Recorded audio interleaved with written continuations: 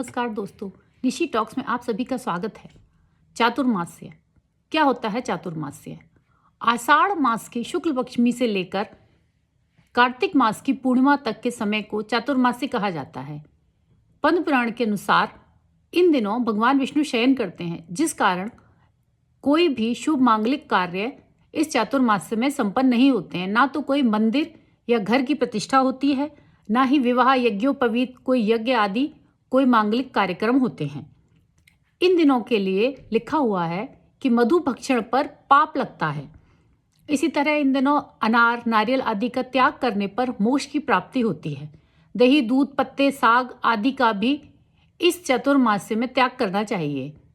इसके पीछे रहस्य यही है कि चातुर्मास्य में हमारी डाइजेशन बहुत कमज़ोर हो जाती है और इन चीज़ों को पचाने में शरीर को दिक्कत होती है।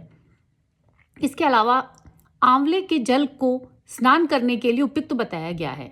ऐसा लिखा गया है कि पूर्व काल में मनुष्य जाति की भलाई के लिए ही ब्रह्मा जी ने आंवले की उत्पत्ति की थी।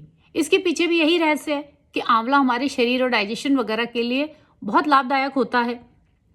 पद्म पुराण में कहा गया है कि मौन होकर भोजन करना चाहिए, और अगर भोजन में कोई कीट पतंगा, कीड़े मकोड़े आदि गिर जाएं तो भोजन दूषित हो जाता है, उसको खाने से पाप लगता है।